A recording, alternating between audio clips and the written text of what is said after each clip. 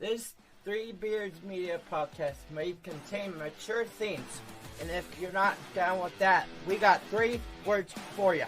Like the podcast. Nailed it!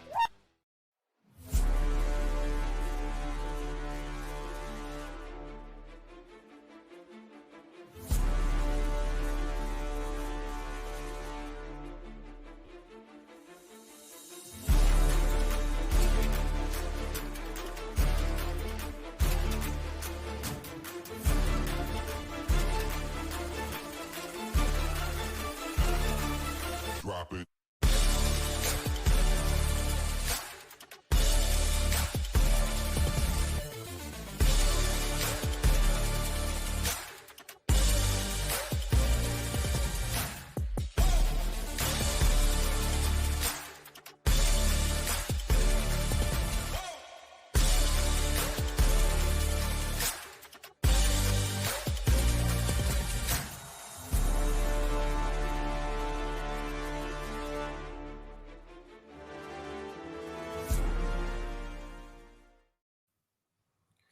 Welcome back to another edition of the Ball Don't Lie podcast. It is season 4, episode 3 at our new home at Three Beards Media. I'm Ted Hawley. I'm joined here as always by Justin Smool. What's up, buddy? Nothing, man. How you been? Good. Just chasing kids off the front doorstep, looking at my kids. Katie took them on a drive real quick, so they weren't around. So dealing with that normal madness. There you go. Yeah. But look, it was kind of a wishy-washy weekend for us this past weekend. About 500-ish, give or take both sides. Yeah, actually, I had a good, decent weekend in college, but You had a good weekend in college. Yeah, I did have a good weekend in college. The nightcap session was really well for me, but recap there a little bit. You went 4-2 in college football, 2-3-1 in the NFL, and I went exactly 500. I went 2-2 in college football and 3-3 in the NFL. Yeah. And we went 2-3 in our circa picks, which puts us at 70% for the season. Still in good shape there. And like we said, 2 and 3 weeks, you can have some of those. You got to avoid those 1-4 and 0-5. So nothing hurt this last week. No, we'll take it. I got another teaser on Robin home a little bit that kept me in the green personally. So made for a nice little week.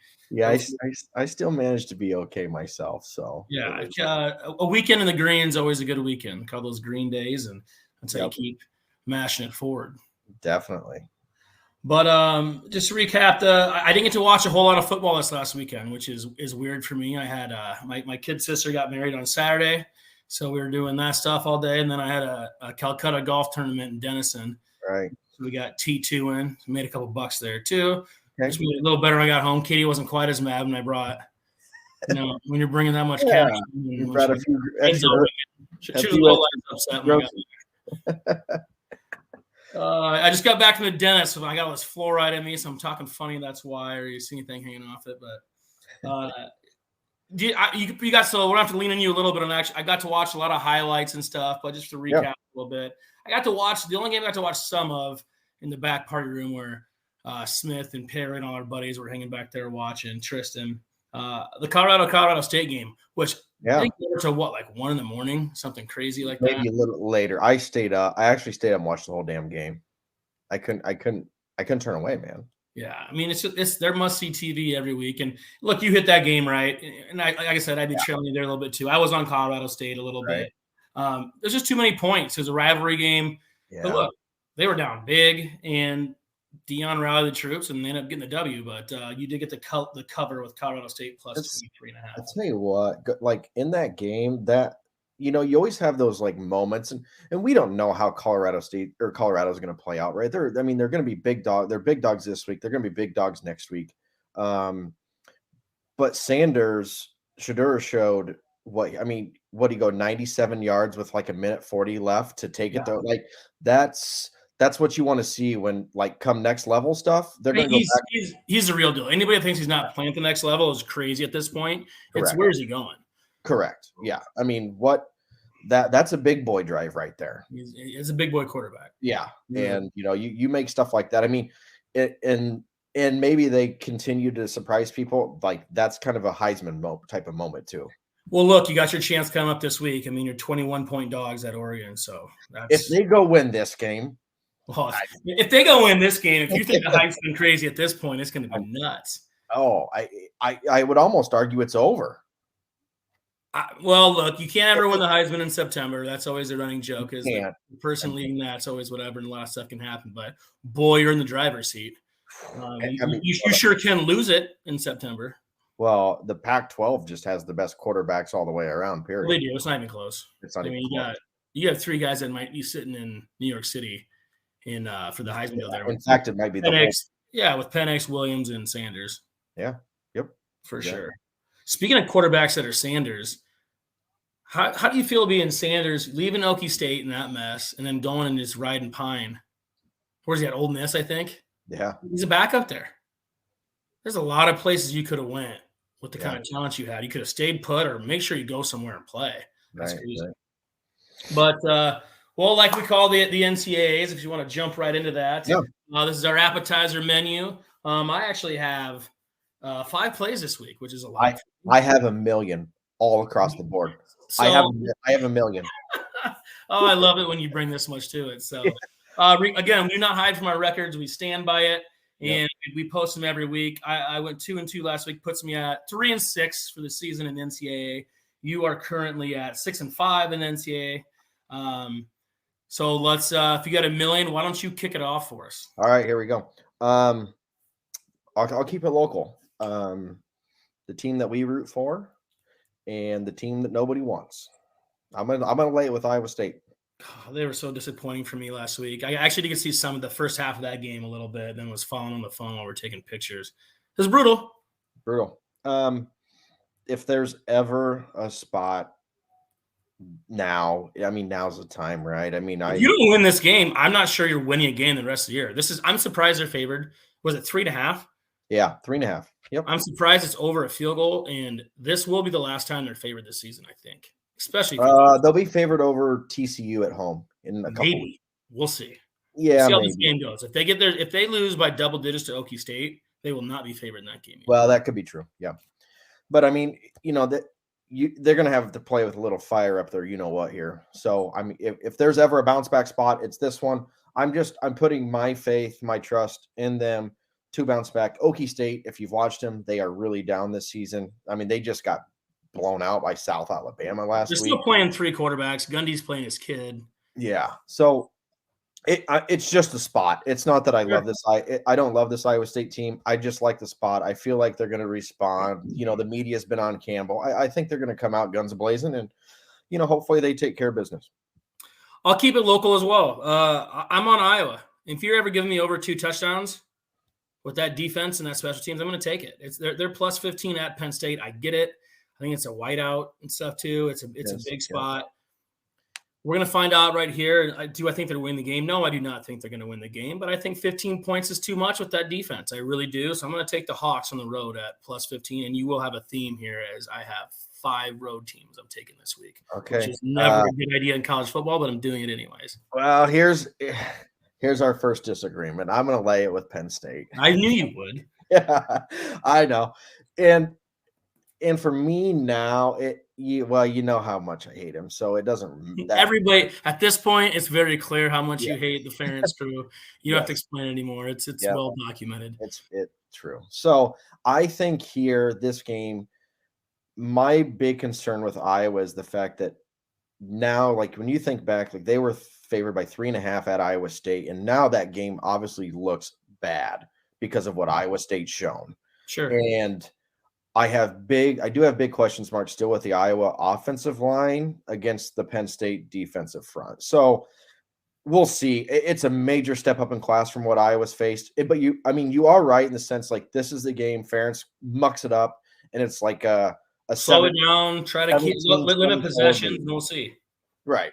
But my fear is that, or my thought process here is that if Penn State gets out early, this Iowa team's not playing from behind. Well, they're not meant to play from behind, but if they somehow get, through the first quarter, 7-3, halftime 14-17, 14-6. Yeah.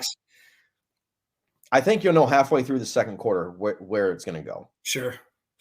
Oh. All right, what else you got for me? All right. I'm going to take Arkansas plus 18 at LSU. And I think we're just getting a lot of value. I mean, LSU's kind of slowly climbing the ranks. But Arkansas laid an egg last week to BYU and losing outright. So I like the bounce back spot. I went and looked at like defensive numbers. Arkansas is third in the country against the rush. I was shocked. Really? I was shocked. Giving up, I think it was 1.7 yards per play. I was like, okay. I mean, they play Iowa State every week. Right, I know. It's like I don't care if you're playing Division III to give up 1.7 yards. Like that's crazy. I mean, let's face it. Outside of the one Burrow year, like LSU's known to be a ground and pound type of team. So, I just felt like based upon that, and with Arkansas losing last week, maybe it was a look ahead spot to this game. So 18 just seems like a lot of points. That's a lot of points. So it's a lot of points, especially in a conference game like that. So that's kind of my reasoning for taking Iowa and Penn State too. Sure. Look, I think Florida State has a legit chance to win that conference this year. I agree. I don't think Clemson's very good. And I think Florida State being 2-point dogs on the road at Clemson, I think this should be a 6-point line. I don't think Clemson's very good. I think Florida State is pretty good. And look, let's be honest. We talked about this a couple weeks ago too. The noise Deion's making and Florida State turning down Deion and him being very clear in his thoughts there with that fan base, he's got to start winning some of these games. There's a lot of pressure on the staff now because of the Deion echo chamber is no louder than it is in Tallahassee. Fact. So this is a game you got to go get. This, we agree. This is on my card too. I just can't get. I think Clemson is still being priced here because of their name alone and because they're at home. And look, it's wearing thin a little bit. I mean, I'll tell you what, DJ Ngalangale, is that his name? Yeah, give or take. Whatever, somewhere in there. He looks all right at Oregon State too. Yeah, so maybe this is a staff thing at this point. Yeah, I just don't. How good are you if you don't have Deshaun Watson and Trevor Lawrence? I mean, that solves a lot of problems for you offensively. For sure. I mean, if you've just watched Clemson, right? And I watched a good chunk of that Duke game. They just don't have the dogs that they used to. And they weren't right last year either, for being honest. No. So, no, I'm full on here. This is a huge, huge game for this Florida State program. If they want to take that next leap to where they, have hope to be, this is the game you go win, and you go win it. You go win it by double digits. And that's I think it's going to be a double-digit win. I really do. And that's what they need to do. You go out and put your stamp on there, and you're for real now. Yeah. So. And Jordan Travis is, he's a prospect right now. Why not? Yeah. So I'm full agreement here. All right, what else you got for me? Okay. We talked about one side of the game, but I'm gonna take mid Tennessee State -3. They're playing Colorado State, and I just think that it's a brutal spot here. I mean, Colorado State's off that type of game. I mean, you're coming with College Game Day and Fox Noon Kick was there. You blow the lead. The lead. You go to double overtime. They've gotten more pub last week than they've gotten in forever, right? And I just question how much is left in the tank this week. So you like Middle Tennessee State even as favorites here? I do. Yeah, I don't think Mid Tennessee is I could be walking into it. They're not horrible. 2 weeks ago, they gave Missouri all they wanted. Missouri just went and beat K-State. Yeah, so I think you got to upgrade them a little bit.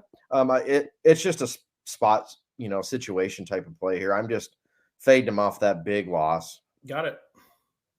I'm going to bounce back with Colorado again. Look, we just said this is a big spot now with Oregon. Oregon has a very, very good football team. 21 points is a lot. This is a chance for Deion to get his chops here too. This is literally me betting on the hype train here too. I don't know if Deion can get blown out. That's what I'm betting on right here now is Deion not getting blown out. Sure. I mean, I totally get it. They are probably, I'm sure from an odds maker's standpoint, they got to be the hardest team that they've ever had to price in the last. Has to be because it's crazy. Yeah. Is Hunter going to be back? Is he out this week? He's out, I think, this week and next. And look, that does matter a lot. Oh, yeah, for sure. Yeah. That guy's super talented. Oh, yeah. He's a first-round pick, too. I'm taking Colorado. It's too many points, and this is the Deion train for me here. Okay. I'm going to take SMU plus 6.5 at TCU. this game, I had SMU 2 weeks ago at Oklahoma. It felt like it was a gross loss. It was a 3-point game going into the fourth quarter. And, quite frankly, that looks pretty good. Oklahoma looks like they're playing their part right now. So TCU's defense, a lot to be questioned about there. I just think it's too many points. I think these teams are both pretty equal. So I'll take 6.5. Okay. Look, I'm going back to the Lane train. I don't think Alabama's very good. I think this, again, is a name getting this kind of line. This line should probably be a 2.5, 3-point spread in Bama's favor, not 7 points. I'm taking Lane on the road at Bama. Look, Bama not having a quarterback, not knowing yet. This isn't a deal where they have to pick between which good quarterback they want to roll with because he has to pick one. This is a deal where he doesn't have one. They're bad. I think Ole Miss is live here. I expect them to win this football game, to be completely honest with you. So I will take 7 points all day. Okay. Yeah, this one probably just missed for me. In fact, I probably have it, and then these are the games I like to have in the round robin money lines. Yeah. Sure. Yeah, this one fits. I mean, if there's ever a year, and we know it, Lane's chopping at the bit, right? He loves this game. Yeah, he knows he probably like this one's ripe for the picking. So sure it is. I 100% agree. All right, I'm going to take Cincinnati at home plus 15 against Oklahoma. I don't know. Sooners are riding high. Cincy, I faded them last week on here in a win. They actually lost as 14-point favorites to Miami of Ohio, but good bounce back spot. I don't know. Oklahoma, we'll wait and see. They haven't truly been tested yet here, so I'm just banking on them not blowing every single opponent out, and I feel like just the line's inflated. So over 2 touchdowns is just too many. This is a wait and see game for me for both these teams here. Probably can learn something from it, so I'm going to stay away from it. But I get your thought process. Yeah. I have one play left, and this was the back and forth one for me too. Is just I have a lot of buddies that are Notre Dame fans. I was listening to my buddy Danny Niehaus and Dan Ambrose talk about this game, and I think it opened at like 6.5. For Ohio State, and it's down to 3. I don't get it. I just don't get it. So I think Ohio State's just better. I'm taking Ohio State at Notre Dame. Again, I have 5 plays on the road, which that probably isn't going to bode well for me, but we're going to find out. You never know. I'm going to take Ohio State -3 at Notre Dame. Okay. All right. Let's see. Yeah, I don't have too much of a thought into that game. That one's going to be a wait and see with me. I haven't been crazy impressed. I actually think you're probably on the right side there. If I had to, I hope so. Yeah. Notre Dame not being good is a good thing for me. Right. Washington State +3 at home versus Oregon State. I actually think the wrong team's favored. This has been a series. Washington State prior to last year had won 8 in a row. Washington State week 1 went on the road, which now looks like a really good win. They thumped Colorado State, thumped them. And I don't know, you got to upgrade them. They beat Wisconsin at home in week 2. And now they're underdogs. I don't get it. Maybe I'm missing something. I know Oregon State, you alluded to DJ at the quarterback. They've been a nice team. I'm not saying they're a bad team, but I just think the wrong team's favored given what Washington State's proven so far. It's the battle of the Pac-12 forgottens here. Right. Yeah. That Pac-12 is loaded, by the way. It is. It really is. Loaded. There's so many good teams. All right. Great late night football. You have any more plays here? Oh, do I want to? Yeah, I do. Yeah, I got BYU +8.5 at Kansas. I don't get the line. It explains it right there. Now, I just don't think Kansas is good enough to be favored by over a touchdown on anybody right now. No. So I completely agree with that. I don't know if they're living off last year or what. But I mean, we just saw BYU roll into Arkansas last week, so maybe they're setting them up for a big letdown spot. But it's not like BYU's rolling into hostile environment here in KU. So, yeah, I over a touchdown. It's 8.5. I'll take the 8.5. Well, that's 9 plays right there. Do you you have a 10th? Or are we going to stop at 9? Oh, I kind of have one. No, I'll keep it at 9. I have one just missed, but all right, we got 9 plays there. So I'll recap our college plays here. I have 5 plays. Florida State -2, Colorado +21, Ole Miss +7, Ohio State -3, and Iowa +15.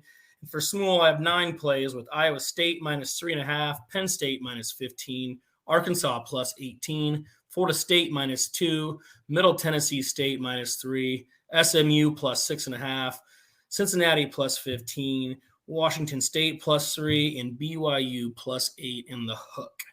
All right. Well, again, there's 9 plays. That's a Smule special there. I mean, I've seen you have 11 plays or so before in this too, but 9's most you've had in a while. But before we get into our main course here, as you can see behind me, I got my Revelton Distilling Company bottles in the background. We're happy to have them as a sponsor, so let's go ahead and hear a word from them. At Revelton Distilling Company, everyone has become a part of the Revelton family. From the Taylors and their daughter who helped perfect their award-winning gins, to the team who installed Lucy, our 33-foot-tall custom-made still, right down to the local farms that provide our coveted corn, and even the cows on those farms who consume our mash byproduct. Want to see the farm to flask come to life?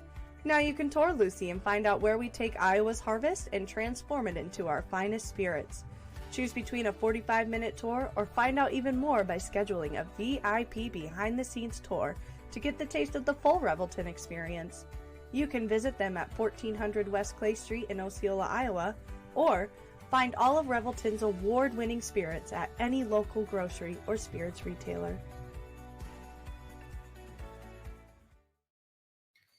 Welcome back to another edition of our NFL segment, episode 3 in season 4. Again, in our new home here at Three Beards Media.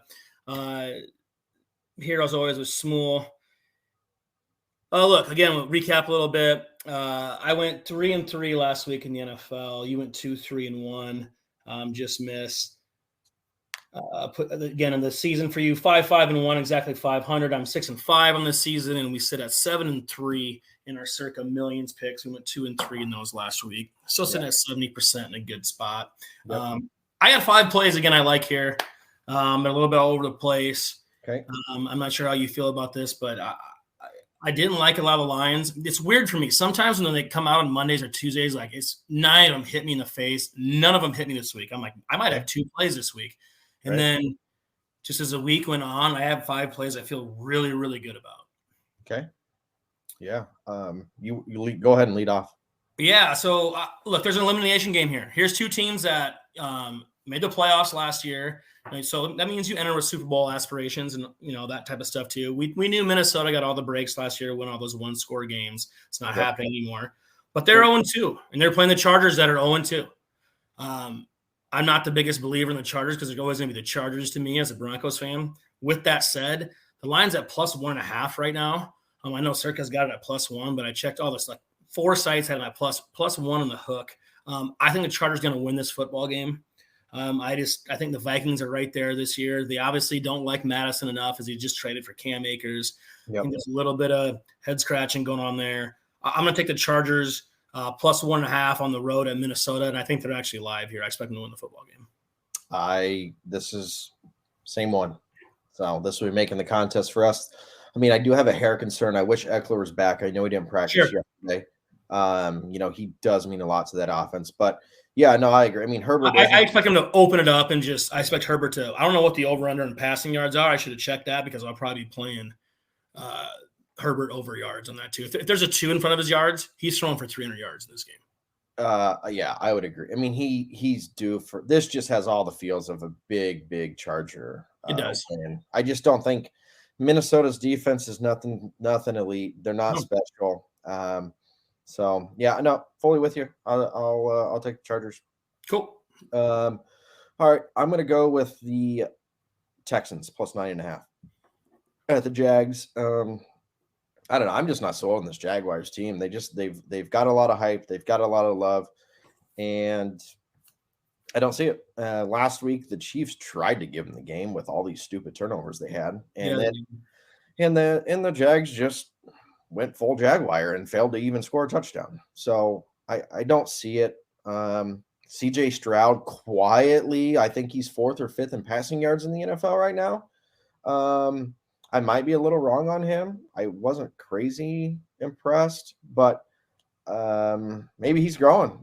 Well, they cannot run the ball, so they're gonna have to throw it. Like they cannot. I mean, Damian. If you have any shares, I just got rid of Damian Pierce to pistol actually in the league for Terry McLaurin. I just got rid of him. He's seeing less than 50% of the snaps. Yeah, that's a share, which is crazy.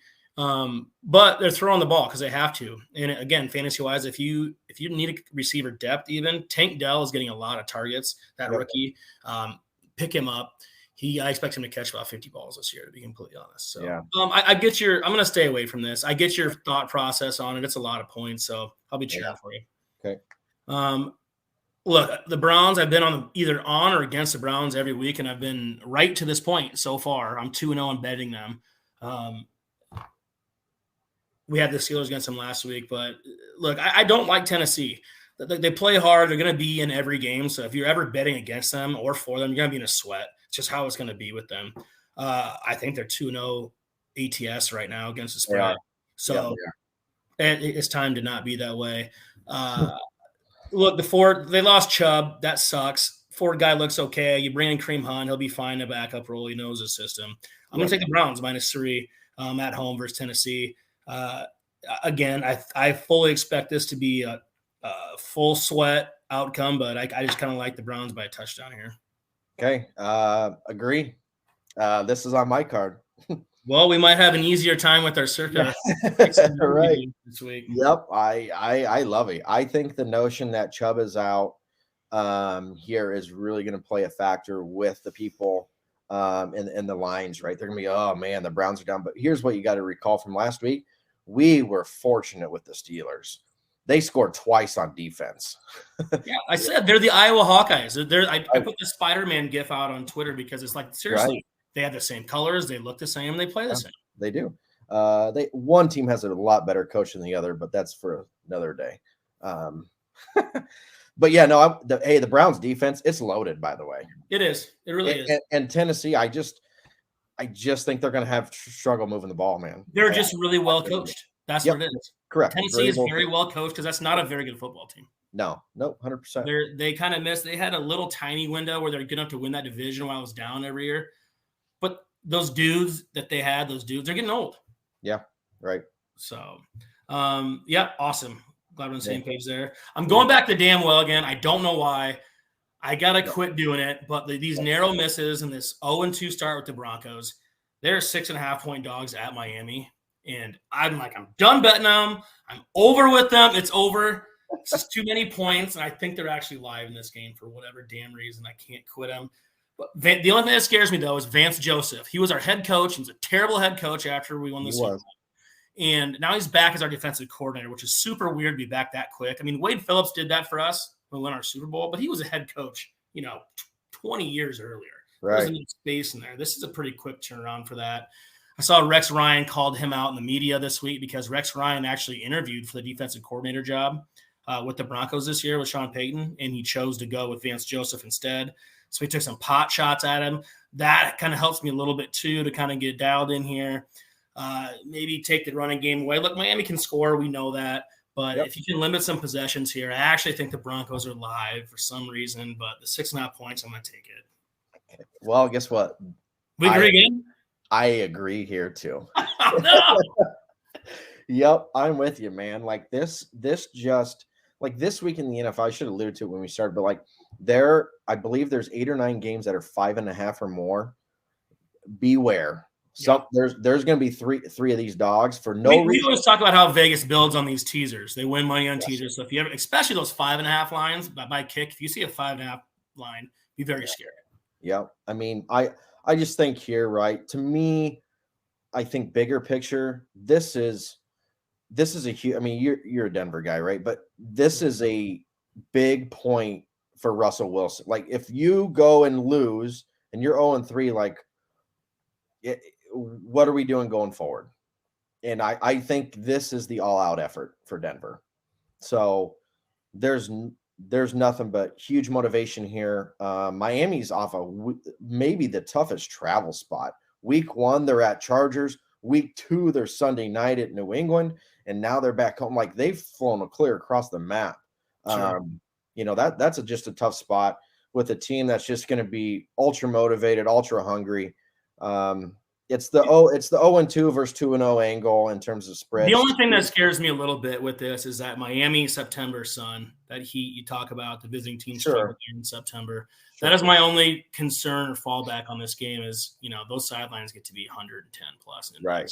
Right. That is my little fallback on this, but it's enough points for me to like it here. Yeah, So, I'm with you. Going back to Denver again. Okay. I'm going to take the Saints +2 at Green Bay. I don't look. I like Jordan Love. I don't love Love.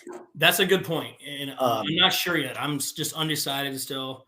Our buddy Jordan Walker listened to this too, and we talked about doing a little recap show with this on Tuesdays. He's trying to sell me hard on him too, but I think a lot of that is just him wishful thinking, probably as a Green Bay fan.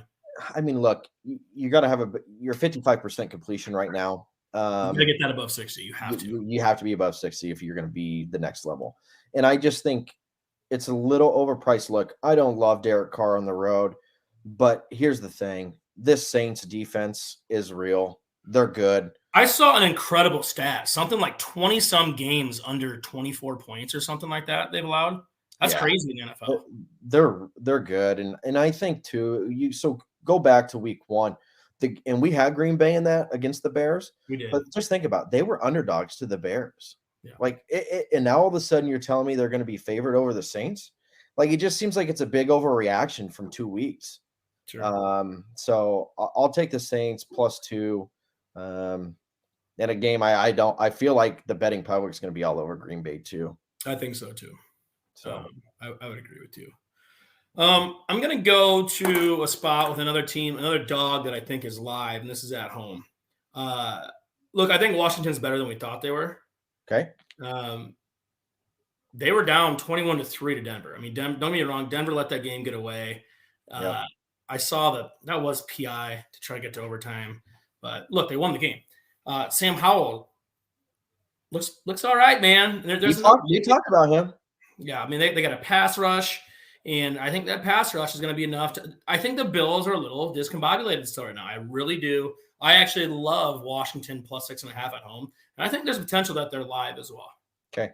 Yeah, this actually just missed for me. I like the play, though, because here's the thing I watched. So the Bills thumped my Raiders last week, but it was a little deceiving in terms of that. I mean, they were +3 in turnovers, but if you look at yards per play, the Raiders, I think there was like 6.2 yards per play. So it's not like the Bills defense wasn't giving up yardage. They were. Sure. The Raiders just couldn't get off the field. More or less was the story of it, plus the turnovers. But I agree here with you. Actually, I lean this way myself. So I got another big dog in the same thing, but I'm going to take it. It looks like it's going to be Minshew for the Colts. Yeah, so I'm going to take the 8.5 here with them against Baltimore. I think it's just a great kind of sell high spot here. Baltimore's going to get a lot of love off that division win over the Bengals, but how much does that mean? Like you played a Burrow at, I don't know, no one knows, like 60%, 50, I don't know, 50%. Maybe. Yeah. So I don't put much stock into that. I know they controlled the game, so you give them a little bump. But I actually think the Colts are better than we thought they were too. I told you they were going to smack the Texans last week, and you called it. And Minshew's probably one of the better backup quarterbacks in the league. Like, you're going to play different when he's playing compared to Richardson, but no, I agree. I like it. I mean, I like this play too. Yeah. All right. I got one play left. Okay. How many you got left? No, I got a couple. Why don't you go ahead again? I'm going to take Carolina +6 at Seattle. It looks like it's probably going to be the Red Rocket himself and Dalton. It is. They ruled out Bryce Young. Yeah, they ruled Young out today. Okay. And I think the narrative here, like, people just will recall the Monday night game, right? Now all of a sudden they say Carolina sucks, and you know what? And it's probably true. I think they do suck. I think they do suck. Yeah, but I think Seattle's a little overrated. Like, last week we had Seattle. We did. It was right. That was nice. Yeah, it was extremely lucky win though. I mean, they had some crazy turnover. They had that pick six, and then to start the second half, they had a big fumble recovery. It really kind of set the tone for them. Yeah, I didn't get to see much of that game, so that makes sense. Yeah, they were getting that final was a little weird then. It was. They were getting gashed too. Like, they just give up big plays. And I think for Dalton for one game, 6. I see. The Look, line's actually at 6.5. Small Circa's got it at 6.5, and I'm looking 6.5. Okay. DraftKings has it at 6.5 right now. Okay, cool. 6.5. Yeah, I mean, I do. I like it even more. I just don't think this Seattle team's not built to lay a number like that. Cool. Look, I'll be cheering for you. I'll be staying away from that personally, though. Okay. Go ahead again. Let's see. I got what? I'm gonna go Monday night. I'm gonna go with the Bucks. Really? Yeah. Buddy House is gonna kiss you in the mouth for that. He's starting to believe in his team. He thinks so. He's a big one that is. He doesn't hammer his teams or get too excited hard. He usually bets against them. He's a Notre Dame fan and a Bucks fan. He thinks the Bucks are winning this game outright. Yeah, I kind of like him actually. The Eagles have.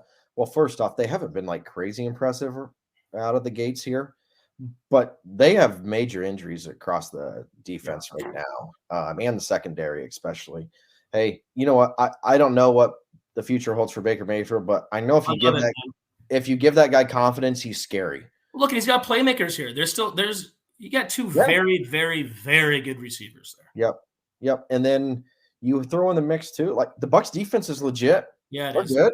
They're running the ball. And dude, like you said, watch these 5-point lines. This is a 5-point line here. The Bucs are 5-point dogs. That's a scary, stinky line. Yeah. You're probably going, why are the Eagles not favored by more than that? There's a reason this 5-point line comes out. So, look, I'll be cheering you on there too. You can maybe even talk me in this one for Circa. Okay. But yeah, so now you have them at 2 +5. Yeah, I like them. Cool. I have one play left, okay. And this is against. So before the season, I'm hammering all the overs on the wins, division, everything for Atlanta. Still feel good about that, but I think Detroit's a little better than they are too. And this is just a spot play for me. Okay. They're at home. Atlanta's coming off that big 1-point win push there against Green Bay. They're 2-0. It's a spot play. That's all it is here. I like Detroit -3 at home versus Atlanta. Okay, I like this game. I do. This just like missed this. If I had to add one more, this is it. Cool. I fully agree. I think what I like Ritter, but I need to see more. I'm the same way too, and I get why they're not. Like some people are asking, why are you not playing Heineke yet too? It's because they know what they have in Heineke. You don't know yet with Ritter. Right. He needs a good 6 to 8 games, and if they're got a winning record, you're gonna keep going with him because Heineke is what he is. We've seen it. There's the ceiling. He's hit his ceiling already. You don't know it's Ritter yet. And look, you're 2-0. Yep. No, I agree here. It's a great bounce back spot for Detroit as well. As I just talked about that game last week against Seattle. So Tristan has a running thing going of undefeated teams in 2023. Like since last year in January, there was like 4 teams to start. It was like the Chiefs, who they've already lost, the Lions, who now lost, and I forget who the other one was. So I think the Falcons are the only remaining. He's a big Falcons fan. Yeah. I think they're the only remaining team that hasn't lost in 2023, dating back into last year. So he's got this running card going. It's kind of funny. But I do think it ends here for him. Yeah, I agree. You got any more? No, that's it. All right, I got you for 8 plays here. I got me for 5. Yeah, so, I mean, look, 8 plays again. You got 17 plays in your card this weekend in the 2. That's the most smooth thing I've ever heard in my entire life. Yeah. Look, we have a bunch we agree on, so the Circa should be pretty easy for us this week. And it sounds like Lions might make it for us, too. Yeah. I'll roll through the plays here real quick. I got the Chargers +1.5, the Browns -3, the Broncos +6.5, Washington +6.5, and Detroit -3. For Smule, I have the Chargers +1.5, Texans +9.5, Browns -3, the Broncos +6.5, the Saints +2, Colts +8.5, Carolina +6.5, and the Tampa Bay Bucks at +5. Again, you can probably put together most of our picks. We're playing our Circa. We will put those out on our Twitter ahead of time. We're sitting at 7-3 in the season there. That's a good start for us. We just signed up for that before the season started, coming off of 2 and 3 weeks. So again, we're looking to get back to that website with 3 W's or better again next week. So hopefully we can get some winners out there for you. Thanks for everybody tuning in. Thanks again to our sponsors, Revelton. Got the display behind me here. Thanks to our partners at Three Beards Media, especially Chris, who's running behind the scenes for us here. You got anything else to add before we get out of here, bud? No, I don't, man. Good luck this weekend. Yeah, good luck this weekend, everybody. As always, I'm Ted. He's Small. Cash that ticket. At Revelton Distilling